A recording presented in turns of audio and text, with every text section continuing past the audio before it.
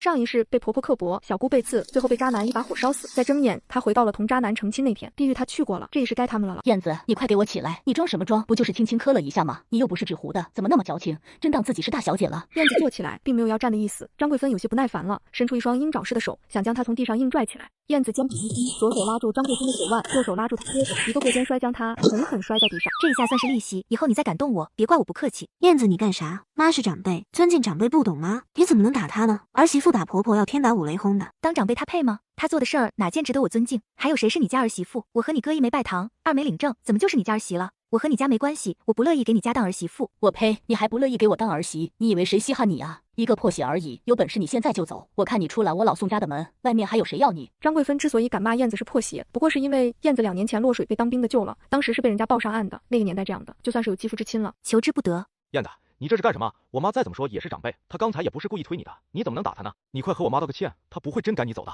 宋波，我告诉你，现在不是你妈赶我走，是我看不上你，不愿意嫁进你们宋家这个狼窝。当众被燕子下了脸，宋波有些不耐烦，这个女人真是太不懂事了，她都给她台阶下了，她还想怎么样？难道真的要退亲吗？你以为我真的愿意娶你吗？要不是娶你不用花钱，我才不乐意呢。我喜欢的是赵知青那种摸起来软软的，闻起来香香的女人。好了，燕子，别置气了，我妈就是个粗人，下手有些不知轻重，不过她肯定不是故意的，我代她和你道个歉，这样总行了吧？刘支书满意地点点头，男人嘛就该大度点，宋波这方面还是拎得清的，比他爹娘强。看到刘支书满意的表情，宋波心中窃喜，燕子将他的神情尽收眼底。这男人还是那么爱演戏。好了好了，宋波都认错了，崔家小姑娘你也别闹了，咱们婚礼继续，婚礼继续。我不嫁，今天就是说破大天我也不嫁。你这个小浪蹄子，耍人是不是？当初可是你求着进我宋家门的，要不是看你可怜，摊子都不愿意要你，你当我愿意让你这破鞋当我儿媳？你不愿意正好，我也不愿意。燕子，别闹了，我都替我妈和你道歉了，你还想怎样？再这样我真的生气了。他知道眼前的女人最怕他生气，以往只要他将脸沉下来，他就会过来哄她，然后什么事情都依着他，关我屁事。宋波没想到燕子是这个反应，顿时就傻眼了，他竟然骂他，他怎么敢？哥，别劝她，她那样的也就你可怜她，愿意娶她，离了你，你看还有男人要她吗？这个女人为了得到我哥的注视，真是什么手段都敢用。我要嫁给沈慈，当初他救我的时候说会娶我，我要嫁给他。是女人被婆婆刻薄，小姑被刺，最后被渣男一把火烧死，是他拖着残废的身躯把她和她母亲从冰冷的停尸房领出来，好生安葬的，也是他用了5年时间收集证据，将渣男送进监狱，为他报仇雪恨的。这一世他带着治愈异能回归，并当竭尽所能将他双腿治好，护他一世周全。我要嫁给沈慈，当初他救我的时候说会娶我，我要嫁给他。此话一出，人群中立刻炸开了锅。刚才还在偷摸说宋家不好的人，立刻将话题转到了燕子身上，说什么的都有，但大多是说燕子脑子坏了，放着好好的男人不要，竟然嫁给一个摊子的。燕子才不在乎这些，因为只有她知道沈慈究竟有多好。哐当，沈慈的房间中传出重物落地的声音，燕子知道刚才她说的话沈慈听见了。小丫头为什么要说这样的话？是被逼急了吗？也对，要不是被逼急了，谁会想嫁给我这样一个废人呢？你是不是有病？放着我好好的儿子不嫁，嫁给一个摊子？宋波心里也是这么想的。不对，他不是有病，他这是和我置气呢。一定是我把他送的围巾送给赵知青，他生气了。可知青点那么冷，赵知青一个娇娇弱弱的小姑娘，没点御寒的东西怎么行呢？她太不懂事了。我有病，我娘家给我的陪嫁手表，你说拿去看，然后就不给我了。我娘家给我陪嫁的花布，你闺女说都不说就偷走做了新衣。你儿子偷摸藏掖女人的小背心，被我发现了，还死活不肯丢。你们这样的人家，我要是嫁了，才真是有病。燕子这几句话爆出的内容，比她要嫁给摊子还刺激。村民们立刻沸腾了，叽叽喳喳声再度响起。老张婆子真不地道，前2天还和我炫耀说买了个新手表，原来是人小姑娘的陪嫁。他家啥条件你又不是不知道，穷的狗路过门口都得绕道走，还卖手表，我看他像个手表。还有那宋娟，我说咋好好的穿上新衣服了，感情是偷来的呀，还天天穿着在村口显摆，不害臊。这就是上梁不正下梁歪，他老娘是那种货色，你指望他能好到哪里去？张桂芬和宋娟就算了，看着就不是啥好东西。可宋波平时看起来正正经经，一副读书人的样子，没想到背地里玩那么花，还藏女人的小背心，也不知道那背心是谁的。这咱们上哪知道去呀？不要脸，都要结婚的人了，还和别人勾勾搭搭的，这种男人不能嫁。你个小贱人，翅膀硬了是不是？冤枉我和我闺女就算了，我儿子是你未来丈夫，丈夫就是天，你不敬着他，哄着他，还编排他，看我不撕烂你的嘴！哼，你这是不长记性啊！张桂芬吓得立马停住了脚步。我可没冤枉你儿子，你不信就去他衣柜里看看，衣柜最底层的木头盒里就放着一件女人的小背心，上面还绣了一朵蔷薇花呢。看就看，怕什么？我儿子行得正坐得端，岂是你这个小丫头能随意编排的？小娟，去你哥屋里看看。娘，你别闹了。你们说宋波藏那小背心是谁的呀？不能是咱村的吧？就他家那个条件，再加上张桂芬那泼辣劲，咱村的小姑娘可看不上。会不会是赵知青呀？我夏天那会和知青们一起去河边洗澡，好像看见赵知知青的小背心上绣了朵花。你没看错吧？没有，我看那花怪好看的，还多看了几眼。赵知青当时还瞪了我一眼呢。呸！那个赵知青仗着自己是城里人，处处觉得高咱们一等，说话的时候那白眼都快翻上天了，没想到也是个浪货。可不咋地，看不起咱们这些泥腿子，结果自己找了个泥腿子搞破鞋。你们不要冤枉赵知青，那背心不是他的。妈呀，还真有背心呀！我还当崔家小姑娘说的是假话呢，你这也太不地道了。宋波，这就是你不对了，你都要娶崔家小姑娘了，怎么还能惦记别人呢？不是叔不帮你，实在是你做的太过了。我看呐，你和崔家小姑娘这婚事就算了，小姑娘既然想嫁给沈慈，那就随她去吧。柳支书，你说这话我不同意，我们酒席也摆了，宾客也请了，凭啥说不嫁我儿子就不嫁我儿子？为啥不嫁你儿子你还不清楚吗？你们一大家子干的那叫人事吗？人小姑娘嫁到你们家，不是跳火坑了吗？呸！嫁我家是跳火坑，嫁个摊子就不算跳火坑吗？就沈慈那样的，说不定下面那玩意都不能用，嫁给他说不准还得守一辈子活寡呢。张贵芬，你在胡说八道，信不信我撕烂你的嘴？燕子不顾家人反对，嫁给宋波，最后受尽折磨而死。老天眷顾，让燕子重生。回到结婚当日，燕子当场退婚，一定要嫁给瘫痪在床的沈慈。小姑娘，你说的是真的？你真愿意嫁给我家沈慈？沈子，我说的是真的。沈慈同志当年救过我的命，如今又因为救人民群众光荣负伤，他是英雄，我崇拜他，愿意嫁给他，照顾他一辈子。好好，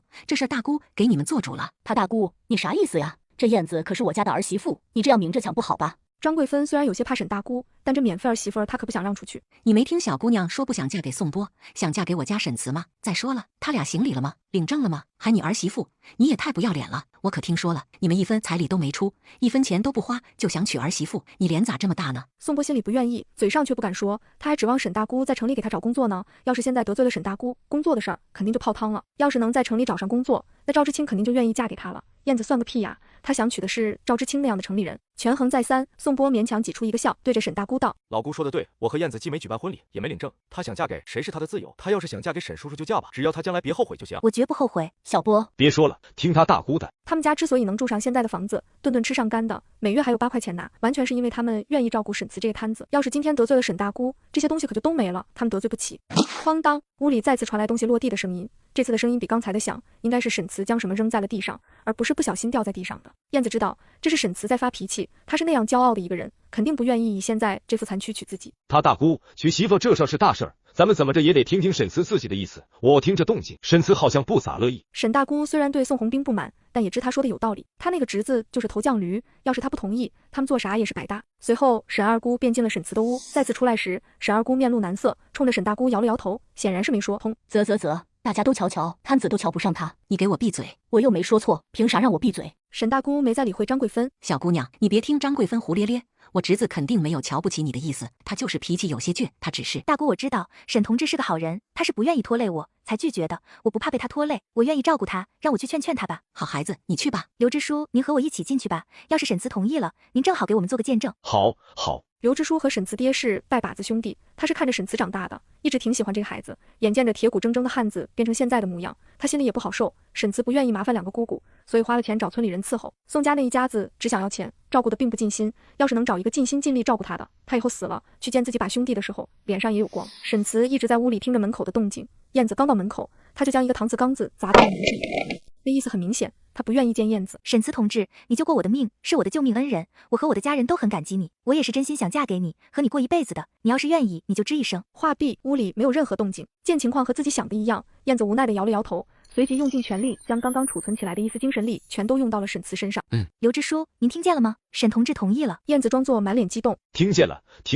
刘支书是真的激动，一张老脸乐开了花，他嘴都没张，怎么就应了呢？沈慈很迷茫，他想拒绝，却发现自己根本说不出话来。他救人的时候嗓子受了伤，可上个月已经好了，怎么又不能说话了？难道没恢复彻底？不可能的，他刚才还和二姑说话来着。他想扔东西表示抗议，却发现手边能扔的东西已经被他扔完了。重生回到70年代，一心想嫁给瘫痪在床的沈慈，沈慈却十分不愿意。同意了，这门婚是沈慈同意了，我刚亲耳听见的。你刚是不是听错了？还说沈慈不同意，这不是答应的挺痛快吗？沈二姑也很懵逼，刚才他好话都说尽了，侄子就是不同意，咋这么一会功夫就又同意了？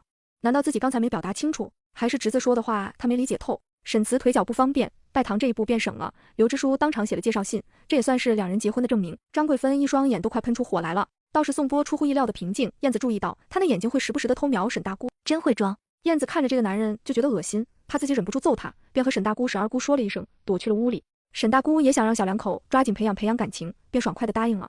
这菜你端回去吃，等会儿我让建国再给你们送点饭。好。燕子端着菜走到沈慈门前，轻轻一推，门就开了，然后一股屎尿混杂着潮气的味道扑面而来。沈慈就坐在垃圾堆一样的床上，原本挺拔健壮的身体，在被宋家养了半年后，变得十分消瘦。忍住跑过去抱着他大哭一场的冲动，燕子端着菜，小心翼翼地走了过去。走近后才发现，男人满脸颓色，脸上手上满是污垢，连皮肤本来的颜色都快看不出来了。出去。燕子不想刺激他，将端来的菜放在他床边的高板凳上后，便往外面走。欲速则不达，如今他已经嫁给了他，以后有的是时间让他接受自己。就算他这辈子不会再爱上自己，也要治好他的腿，让他重新站起来，去过正常人的日子，也算报答他上辈子的恩情。小舅妈，哎，我妈让我过来给你和小舅舅送些吃的，还有这些东西都是我们带过来给小舅养身体的。这时燕子才看见张建国手里除了2个馒头，还有一个尼龙绳网兜，里面放着红糖、麦乳精、罐头、奶粉等。上一世的时候，沈大姑和沈二姑也送过来不少，只是最后都进了宋家人的肚子，沈慈根本吃不到。后来他实在看不下去，偷着给沈慈冲了几次麦乳精，被张桂芬抓住以后还挨了打。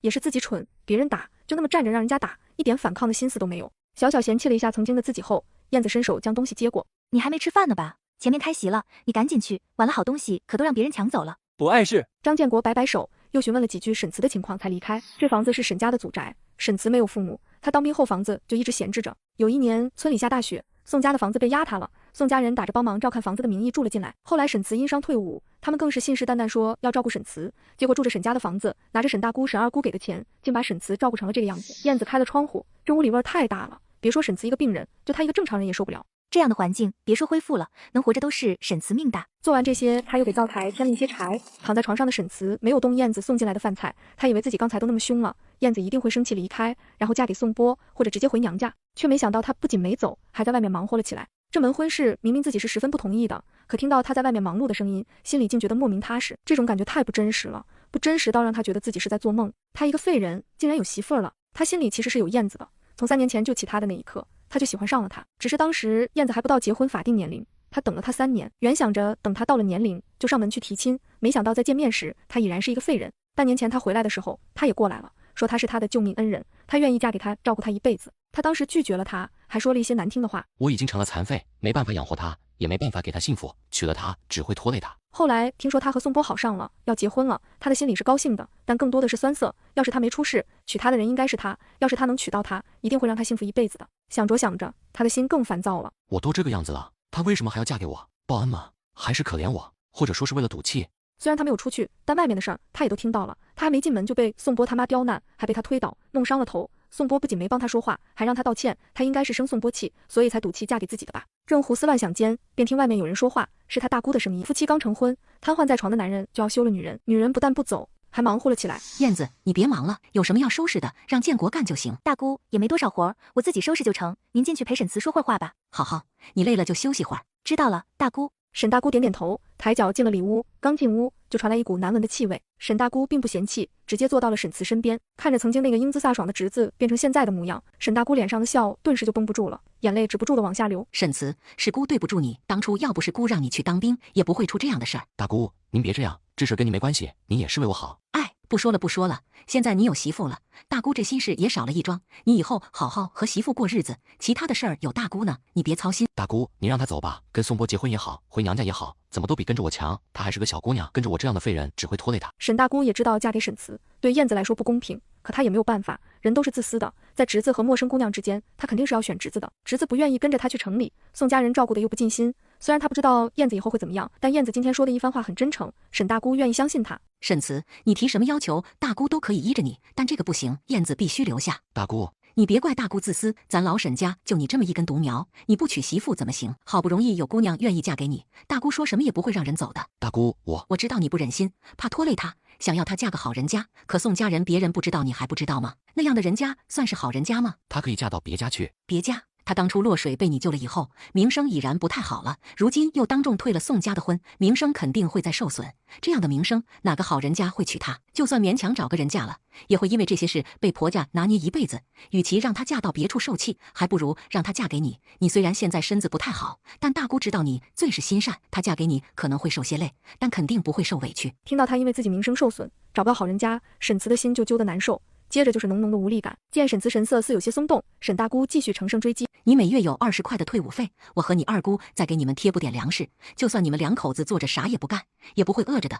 大姑和你保证，她跟着你肯定不会受苦，我们全家都会对她好的。沈慈沉默着没有说话。见沈慈虽然没答应，但也不再提要送燕子走的事儿了。沈大姑也见好就收的止住了这个话题，又说了几句后，便出门找燕子去了。燕子，你过来，大姑和你说几句话。大姑，您说。燕子呀，你能嫁给我们家沈慈，大姑心里高兴，但沈慈这孩子有些倔，大姑您别说了，我懂的，沈大哥是好人，我会好好照顾他，也会让他接受我的。好，真是个好姑娘，你放心，大姑不会让你一个人受累的，粮食和钱这些你不用操心，大姑会每月让人给你送过来的。家里有啥干不了的事儿，你就和大姑说，大姑让建国和建设过来帮忙。谢谢大姑，都是一家人，你和大姑客气啥？再说了，这钱也不是大姑出的，是沈慈部队给的，1个月20块钱，还有一些票，够你们两口子用了，大姑也就添点粮食而已。这些钱你先拿着，等过几天我让建国再给你送些粮食过来。好。燕子没说什么，便接下了。他可以不花钱，但沈慈不行，他是病人，得好好养着才行。沈大姑刚走，陆瑶就来了。陆瑶是燕子的初中同学，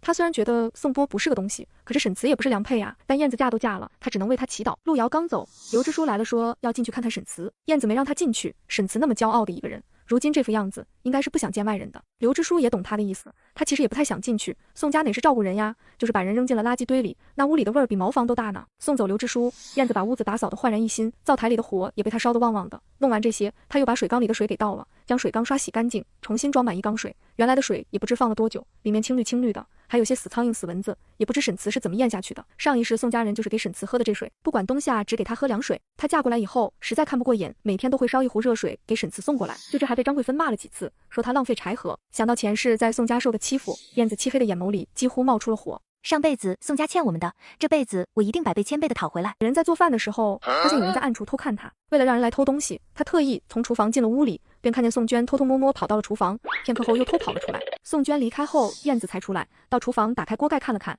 里面的2颗荷包蛋不见了。这宋娟果然还和前世一样，喜欢偷别人的东西，不过偷了才好，还怕他不偷呢。燕子嘴角微微向上扯了扯，将剩下的疙瘩汤全部倒进了带过来的碗里，倒好刚准备出门，迎面就撞上了张桂芬。小贱人，你给我把饭放下！你特么不愿意嫁我儿子，倒知道来吃我家粮食，真不要脸！骂完还想上手去夺燕子手里的碗，燕子身子一侧，轻松躲了过去。小贱人，你还敢躲？别以为找了沈慈当靠山，我就不敢动你了。我告诉你，你男人就是个废人，有本事你让他来打我，对付你还用不着我男人动手。不待张桂芬反应过来，一盆疙瘩汤便从头浇下。收拾完张桂芬，燕子又拎起地上的板凳，顺手将灶台上的铁锅和厨房里的水缸给砸了，不让他好好吃饭，那就都别吃了。小贱人，我和你拼了！燕子轻轻一个转身，然后一伸手就将张桂芬抓住，然后从厨房丢了出去。躲在屋里等着看燕子笑话的宋波和宋娟听见动静，双双跑了出来。刚才张桂芬挑衅燕子、骂燕子的那些话，宋波其实都听见了，不过他并不想帮燕子。燕子当场悔婚就算了，还嫁了一个摊子，这不是告诉大家摊子都比他强吗？这是在打他的脸，他受不了这个委屈，他心里对燕子有怨恨，所以张桂芬教训燕子的时候，他就在屋里偷偷看着，心里还盼着他妈教训的狠一些，让燕子长长记性。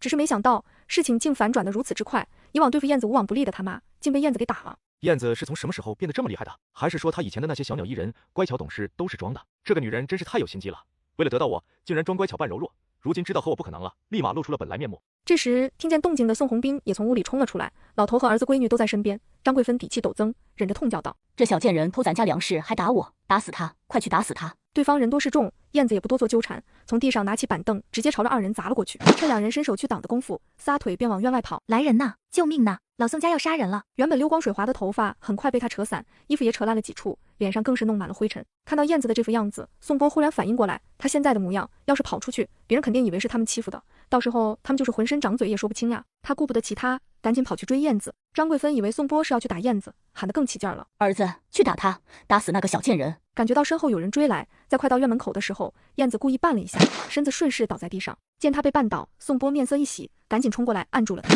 而宋波按着燕子这一幕，好巧不巧，正好被听见动静赶过来的陆瑶和陆瑶婆婆大嘴婶给看见了。见燕子被宋波按在地上，陆瑶赶紧跑过去，将宋波给推到旁边，把燕子扶了起来。大嘴婶则是指着宋波的鼻子骂了起来：宋波，你这是做什么呢？燕子现在可是沈慈媳妇，不是你媳妇，你怎么能动手打人呢？你有什么不满意的？你冲着沈慈，冲着沈大姑，冲着刘珠叔说呀！你冲燕子一个小姑娘算什么？婶子，我没。宋波赶紧解释，他们家今天已经够丢人了，他可不想再背一个打人的罪名。结果话还没说完就被大嘴婶给堵了回来。没什么，没打燕子，你当我眼瞎吗？你看燕子这衣服，这头发，你没打她，难道是她自己弄的不成？宋波，你可真不是个男人。以前婶子还觉得你是个不错的，没想到你竟然……婶子，您真的误会了，我今天已经给家里人做过思想工作了。燕子退婚的事儿，我们也都看开了。刚才真是燕子先挑衅的，她还动手打了我娘，我家的锅也被她给砸了。我追她不是想打她，是想劝她以后好好和沈小叔过日子，别这么做。我真的没动手，不信你去看看我家厨房的锅，现在还是烂的呢。宋波的嘴确实会说，三言两语就将自家人摘了出来，所有错都推到了燕子身上，而他自己更是无辜的受害者。要是前世的燕子，肯定是说不过宋波的。可他现在面对的已然不是前世的燕子，他不会给他翻身的机会，冲塌了这一家人的房子。男人好心收留他们，他们却要把房子占为己有，对人家媳妇大打出手，还要给人家出去。燕子什么也没说，只是委屈的抹着眼泪，然后不小心露出自己被掐红的胳膊，这胳膊上的红痕都是张桂芬掐的，用来讹宋波，也不算冤枉他吧。宋波，你放什么屁？你瞧瞧燕子这胳膊，你还敢说你没打她？难道这胳膊是她自己掐的？看着燕子胳膊上的伤，大嘴婶眼睛都红了。大嘴婶虽然嘴有些碎，但心善得很。真没有，我怎么可能打女人？我是什么样的人，你们难道不知道吗？以前你是什么样的人，我们还真不知道，不过现在知道了。好了，别和他废话，去找刘支书过来，让支书给评评理。婶子，你别去啊，我真没打燕子。哥，你别拦着，让他去，我就不信了，黑的还能让他们说成白的不成？哎呦，我还当是谁呢？原来是偷人家布料做衣服穿的贼呀！别人是黑的白的我不知道，这贼呀，那肯定是黑的。大嘴婶阴阳怪气地说了宋娟几句，便招呼自家孙子去刘支书家喊人。他可不能走，他得留下来给燕子撑腰呢。哥，别说话了，回屋里待着去。哥，进去。你吼他做什么？要吼也该吼那个贱人，他把咱家锅砸了，还打了我。你有能耐就该打他，冲你妹妹吼算什么本事？听他骂燕子，大嘴婶冲过去就要撕他的嘴，被燕子给拦了下来。刘支书马上就要来了，这个时候可不能再打张桂芬了，要不他刚才就白眼了。就让他骂，他骂得越难听越好。最好让附近的人都听见。燕子意识到的问题，显然宋波也意识到了，赶紧拉了拉张桂芬的胳膊，让他别骂了。就在这时，刘支书也过来了，跟着一起来的还有陈大队长。刚过来就看见张桂芬气势汹汹地指着燕子的鼻子在骂，而燕子则是披头散发，满脸泪花，一副受了天大委屈的模样。这是怎么了？刘支书原本黑黝黝的老脸都被气红了。沈大姑刚才走的时候，特意去他家里送了2瓶好酒，那意思很明显，就是让他看顾一下他家沈慈和这个新媳妇。结果人刚走，这边就闹起来了，而且看这情况，明显是宋家人欺负沈慈媳妇了。怎么了？这小贱人打我，还把我家锅给砸了。支书，你快给评评理。我呸！张桂芬，你可真能颠倒黑白，明明是你家宋波打燕子，我都看着了，把人按在地上打，这个膊都让掐红了。你们太过分了！崔家小姑娘当初是高高兴兴要嫁进你们家的，结果你们呢？结婚当天还没进门呢，就打了人家，人家看开了，夺了一下你们家，嫁给沈慈了。你们还来闹？你们是觉得这村里没人管得住你们了吗？刘支书，我们没有这个意思，今天纯属误会，我保证以后这事再也不会发生了，我们会好好照顾沈慈和燕子的。用不着，我自己有手有脚，能顾住自己，也能照顾好沈大哥。你们以后离我们远远的就成。他算是看出来了，这宋鸿兵和宋波之所以不敢当众和他撕破脸，就是还想借着照顾沈慈的由头，继续住在沈家，继续和沈家要钱。他可不会让他们如意。我呸！你个破鞋还嫌弃上我们了，我还嫌你碍眼呢，赶紧滚蛋，滚得越远越好。我呸！张桂芬，你要点脸吧，你可别忘了，这院子姓沈不姓宋，人家沈慈心地好，让你们住了几年，你还真当这是你自己家了。燕子是沈慈媳妇，她住这是应该的，你算什么东西，还让人家滚？我看该滚的是你，就是还想赶人家燕子走，人家现在可是沈慈名正言顺的媳妇儿了，倒是他们一堆外人平白住着人家的房子，还敢打人家媳妇儿，反了天了。对呀，我听说当初宋家住进来的时候，说是暂时住几年，等盖了新房就搬走，这都搬过来4、5年了吧？我看他们可是一点盖房搬走的意思都没有。搬个屁！就他们家那穷酸样，还盖房子，连个猪圈都盖不起来。我看他们就是占便宜没够，想住一辈子免费房子。呸！一家子不要脸的。脸算个啥呀？也能当饭吃当房子住吗？沈家这房子可是前几年才翻修过的，在咱村里那也是数1数2的好房子，能白住谁不想住？那你去住不？我不住，我要脸。那也是小姑子出门串亲戚8个月，回来后婆婆就捡了一个孩子，一定要女人收养，女人把孩子视如己出。可是这个小白眼狼，好了好了，都少说2句。隋丫头，这里是你家，这事你想怎么办？刘支书，不能让这个小贱人闭嘴！娘呀，你快别说了，你再说，咱们今天真的要被扫地出门了。凭什么？就凭借那个小贱人他敢？宋家人要是能搬出去，哎呀，怎么卡住了？原来是没话费了，月初该充话费了。我在抖音商城充值中心刚领了3元话费券，真的太香了，充值到账快，方便，来给大家送福利了，超简单，点商城进入充值中心或直接点评论区，就有机会领1至4元话费券，记得点评论区，抓紧上车。这是最好不过的，我们2家人处不来，这以后低头不见抬头见的，难免再生矛盾，总不能次次都喊刘支书你来处理，您说是吧？你说的也是，不过这宋家的老房子早就塌了，如今你让他们搬出去，他们一时半会儿也没处安顿呀。刘支书虽然也觉得燕子说的对，他本人也十分不想再过来帮着处理这些糟烂事儿了，但宋家的实际情况他也不能不考虑。这我也知道，所以我刚才并没有要赶宋家人走的意思，是张婶子想歪了。这房子宋家要住也能继续住，但他们以后不用伺候沈大哥了，这房子便不能白住，每月要付2块钱，外加20斤玉米面，要是没钱，给50斤玉米面也成。还有这个月我大姑是已经给了钱的，但这个月才过了10天，还有20天呢，这20天的钱他们也得退回来，我也不多要，就退5块钱吧。宋家人爱财如命，要他们出钱，比要他们命还难受。他们难受了，燕子就舒服了。你们呢，有没有意见？没意见的话就这么定了。凭啥呀？我家的钱凭啥要给那个小贱人？那你们就搬出去，别住人家的房子。住嘴！崔家丫头说的我们同意，1个月20斤玉米面，2块钱。那这个月退的5块钱现在就给我吧，以后的钱和粮食每月月初给。宋红兵原还想着先应下来，然后私下将钱赖掉，没想到燕子这么精，竟现在就要，大家都看着呢，他也不好不给。小浪蹄子，拿着你的卖肉钱滚吧！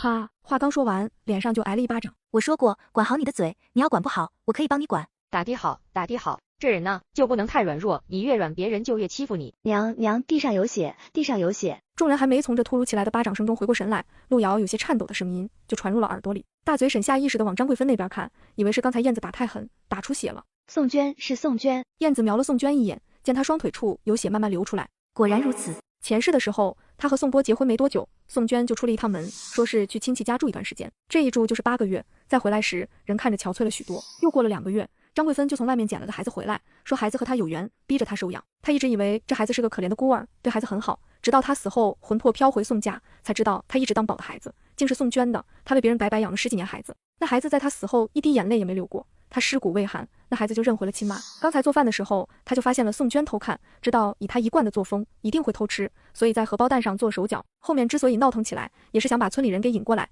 让大家看看宋家都是些什么货色。来个腿脚快的，去把王老太请过来。我家小娟没事，不用找大夫。对，不用找，就是吃坏了肚子，喝点药就成。但已经晚了，在刘支书刚发话的时候，边跑边喊：“来人呐，快去找王大夫，宋娟出事儿了！”这么大的热闹，可不能就这么几个人看。看着燕子匆匆离开的背影，刘支书脸上露出了欣赏之色，心中对燕子也生出了几分好感。这姑娘能处，宋家人都对她那个样子了，她还能这么帮忙，是个实在人。宋波没娶到她，是宋波没福气。燕子跑出院子后，并没有直接去王老太家，而是朝村中心的大槐树下跑了过去。这棵大槐树就是村里的八卦信息传播站，平时村民们都喜欢在下面坐着闲唠嗑。沈慈媳妇儿，这是出啥事了？你咋跑得这么急？婶子，我不对，是宋娟。宋娟她肚子疼，疼得脸都白了，腿上也流了好多血。张婶子说是吃坏肚子了，刘支书让我去找王奶奶过来看看。话虽然说的结结巴巴，但该表达的都表达清楚了。宋娟肚子疼，腿上流了好多血。张桂芬说是吃坏肚子了。这些婆子都是过来人，一听燕子的描述，就猜得七七八八，脸上的表情瞬间精彩起来，也不唠嗑了，一窝蜂的朝宋家跑。吃瓜去，吃瓜去，吃饭哪有吃瓜香？大槐树下的人一走，燕子就继续往前跑，当然也没忘记喊，这宣传工作还是要做到位的。上一世自己只要某件事稍微做的不合张桂芬和宋娟心思，他们就添油加醋的满村宣传，说她娇气，说她懒，到处败坏她名声。如今也该她帮他们好好做宣传了。就这样，等燕子把王老太请过去的时候，宋家院子里已经围了40-50人。王奶奶你可来了，快进屋去看看吧。王婶，吃过饭了没？今天要辛苦您老人家了。快去看看吧，宋娟那丫头看着挺严重的。王老太不住点头，算是回应，然后在村民的指引下进了宋娟的屋里。你们说这宋娟咋了？刚才宋红兵说她是吃坏肚子了，肚子疼。你听他瞎扯，那种情况能是吃坏肚子了吗？我姑摸着是小产了，他一个男人许是没见过，才当成是吃坏肚子了。拉倒吧，他那个人看着憨厚，沾上毛笔猴都精，他会不知道？我看他早就知道了，是怕咱们知道，所以瞒着呢。就是你没看两口子都拦着不让去找王老太吗？宋娟8成是有了，这两口子揣着明白装糊涂，糊弄人呢。哎呀，这话可不能乱说，姑娘家的名声重要，人宋娟还没结婚，还是黄花大闺女呢。没结婚是真的，是不是黄花大闺女咱就不知道了。因为不方便进去，宋波此时也在门外等着，将婆子们说的话听了个一清二楚，一张脸黑了又红，红了又黑。不得不说，今天可谓是宋波20年人生中最黑暗的一天。结婚当天，媳妇改嫁给了别的男人，还爆了一堆让自己抬不起头的黑料。亲妹妹未婚先孕，还当众流产，可想而知，未来的几个月中，他们家一定是全村人茶余饭后的重要谈资。此时的他真的想找个地缝钻进去。片刻后，王老太出来了，原本就有些黝黑的脸，此时更是黑成了锅底。送你妹妹去镇上的医院吧，要是晚了，别说孩子，大人都有可能保不住。好好的姑娘家，做出这种伤风败俗的事，你爹娘拎不清。你这读过书人，怎么也不管管，真是丢咱靠山屯的脸。王老太年轻的时候就守了寡，几十年都没有重新找一个，把名声看得比命都重要。生平最讨厌的就是不爱惜名声、乱搞男女关系的人。所以说话的时候也没留什么情面。呸，不知廉耻，一天天穿的妖里妖气，一看就不是好东西。不要脸的玩意，真给咱们女人丢脸。这宋娟胆子也太大了，还没结婚就怀了孩子，也不知道这孩子爹是谁。出了这么大事儿，咋也不吭个气？呸！能干出这种事的能是啥好男人？还指望他出来认，指不定跑到哪个犄角旮旯里面躲着去了。会不会是孙知青的？前段时间我看见他们两个从玉米肚子后面走出来，当时衣服都乱了，一看就没干好事。不可能，孙知青可是知识分子，怎么会看上宋娟？我看是咱村二狗的。上回我在小河边洗衣服，看见他俩躲在大树后面亲嘴了。你看错了吧？那次咱俩一起去的，我瞅着那俩人不像是宋娟和二狗，倒像是宋波和赵知青。当时宋波好像就穿的这套衣服。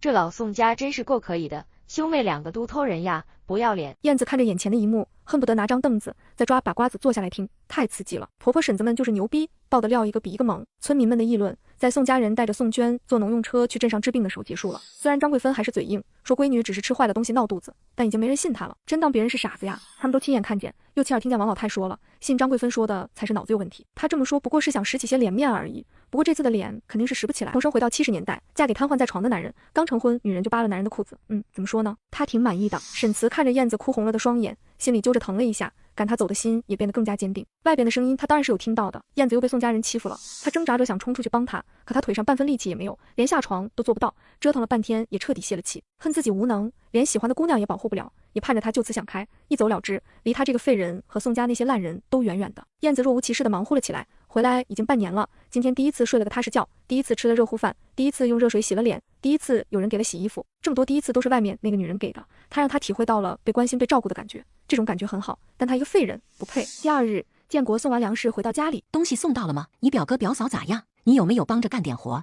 东西都送过去了，表哥表嫂挺好的，我想帮着干活来着，表嫂不让，就让我陪着表哥聊天解闷，还留我吃了中午饭。你这孩子，不是让你回家来吃饭吗？你表嫂照顾你表哥就够累了，还得伺候你。没事的，我表嫂可能干了，家里呀简直换了个样，屋里收拾得干干净净的，院里洗了一大堆东西，表哥看着也比昨天精神了一些。这就好，这就好，你表嫂一看就是个爽利人，你表哥这苦日子呀，算是挨到头了。我表嫂不用说，一看就是实心实意想和我表哥过日子的，但我表哥好像有些排斥表嫂，我今天在家里待了一天，他都没和表嫂说一句话，连像模样都没一个，我表嫂会不会被他气走呀？你表哥呀，那是还没想开呢，怕拖累你表嫂，咱们以后呀要多帮衬帮衬你表嫂，他们把日子过好了，你表哥这心结也就解了。再说沈家这边，因为中午吃的有些多，张建国刚走没多久，沈慈就想如厕，这次是大的，小的他自己还能解决，燕子帮着递个尿盆就可以，可这大的他自己一个人不行。燕子就坐在他对面，见他满脸通红，坐立不安，瞬间不言自明，出门去茅厕将马桶拿了进来。燕子就开始扒沈慈裤子，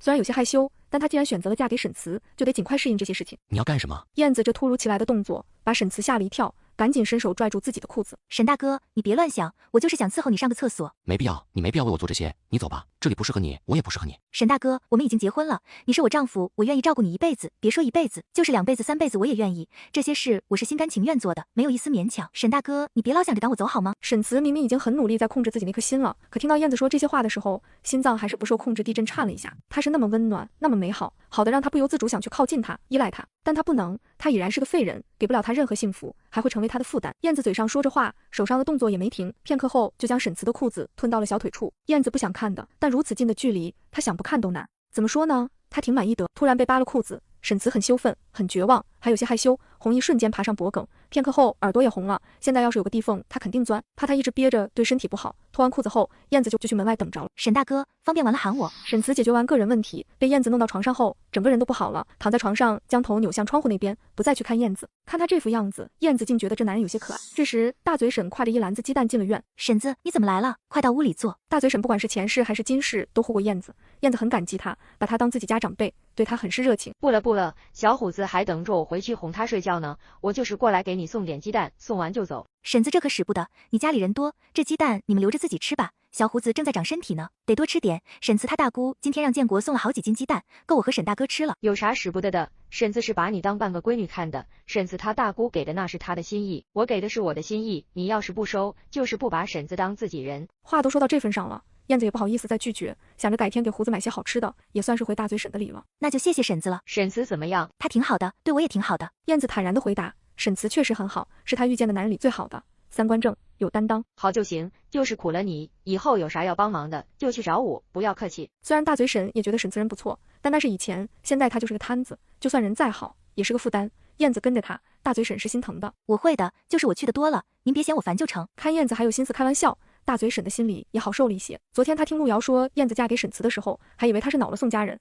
所以嫁给沈慈气他们的。如今看来，她并不是在置气，而是真心想嫁给沈慈的。大哥，晚上有点冷，咱家就一条被子，我能跟你一起睡吗？送走大嘴婶，把刚收拾出来的碗筷洗干净，燕子便端了热水进来。沈大哥，我烧好水了，你洗漱一下，泡泡脚再睡，多泡泡脚，对你的腿有好处的。我听我娘说，镇上有个老中医，医术特别好，明天我去请他来给你看看。不用白费力气了，没用的。怎么会白费力气？沈大哥，你相信我，你腿一定能好的。燕子不是在安慰沈慈，而是在陈述事实。他现在的异能是可以治好沈慈的腿的。这么精彩的视频当然要配点饮料，边喝边看。我刚在抖音商城秒杀频道买的经典碳酸饮料，6瓶不到9块9，冰爽清凉解渴。点商城，进入秒杀频道，或者直接点评论区就能买，还有超多优惠券限时发放，抢到就是赚到，就在评论区先到先得哟。要不是怕暴露，他现在就能将沈慈治好。谢谢，但你不用这样的，我的腿部队里最好的军医已经看过了，不可能好的。沈大哥，相信我，我一定会让你站起来的。自他受伤后，在家人脸上看到的都是悲伤无奈的表情，听到的也都是叹息。燕子的话和他坚定的眼神，让他心中莫名生出一丝希冀，或许他真的有办法。不可能的，她就是一个小姑娘，能有什么办法？算了，她想折腾就让她折腾吧，再糟糕也不会比现在更糟糕了，随你。这就对了。虽然从他声音里听不出丝毫情绪，但他能说这话，就说明他的心已经有所松动，不那么排斥他，也不那么排斥治疗，事情比想象中发展的更顺利。燕子很满意。沈大哥，我明天帮你剪剪头发，刮刮胡子好不好？这是嫌我邋遢了？你的胡子太长，晚上睡觉的时候都扎着我脸了。听他说着如此暧昧的话，沈慈身子止不住有些颤抖，热意从脖子慢慢爬上脸，没一会儿耳朵也烧了起来。他一害羞，燕子反倒不害羞了，还生起了动弄他的心思，又往他身边靠了靠，手不经意碰到了他的手。沈大哥，晚上有点冷，咱家就一条被子，我能跟你一起睡吗？做了25年单身狗的沈慈，哪里见过这种阵仗，心里像揣着一只小兔子似的，砰砰跳个不停。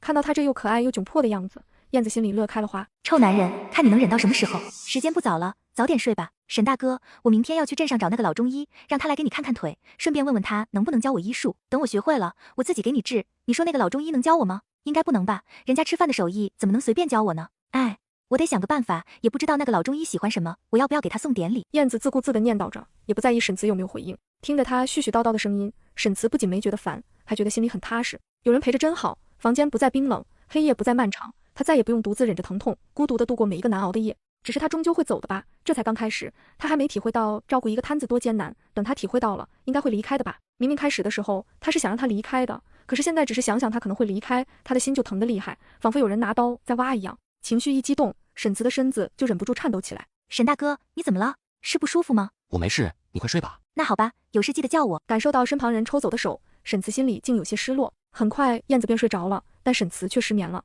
沈慈在想着什么，燕子突然将身子扭了过来，此时两人脸对着脸，身子对着身子，中间的距离不足5厘米，甚至他某些挺起来的地方已经挨住了他的身子。沈慈有点扛不住了，